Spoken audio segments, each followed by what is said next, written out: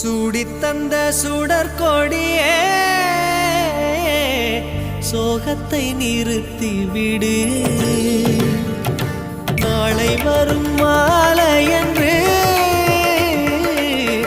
நம்பிக்கை வளர்த்து விடு.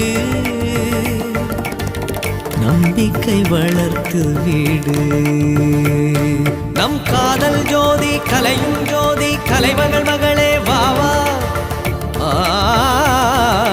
காதல் ஜோதி கலையும் ஜோதி